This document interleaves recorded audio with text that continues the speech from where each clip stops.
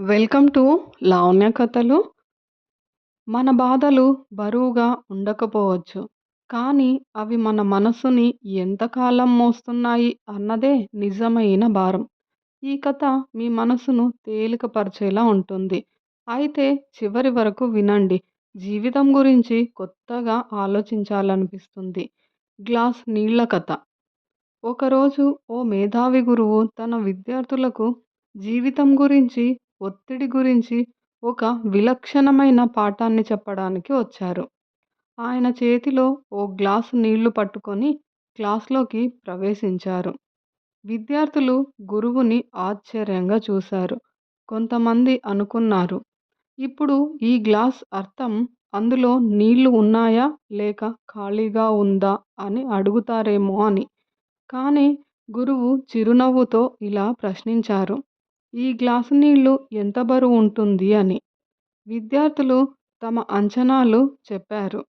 100 గ్రాములు ఉంటుందని, 200 గ్రాములు ఉంటుంది అని గురువు దగ్గర చెప్పారు. ఇది ఎంత బరువైనదో అంత ముఖ్యం కాదు అని అన్నారు గురువుగారు. దీన్ని నేను ఒక నిమిషం పట్టుకుంటే నాకు పెద్దగా తేడా ఏమీ ఉండదు. ఒక గంట పాటు పట్టుకుంటే నా చేతికి నొప్పి మొదలవుతుంది. ఒక రోజు పాటు పట్టుకుంటే నా చెయ్యికి అలసట మొదలవుతుంది. కానీ గ్లాసు బరువు మాత్రం మారదు. మారేది ఏంటంటే దీన్ని పట్టుకున్న సమయం. ఇదే విషయాన్ని మన జీవితంతో పోల్చండి.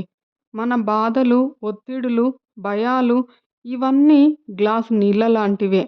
వాటిని కొద్దిసేపు పట్టుకుంటే సరే, కానీ ఎక్కువసేపు పట్టుకుంటే మన మనస్సుని, శరీరాన్ని అలసింపజేస్తాయి.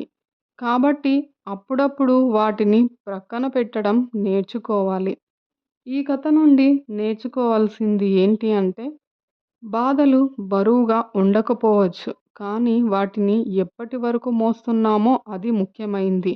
విడిచిపెట్టడం కూడా ఒక బలం.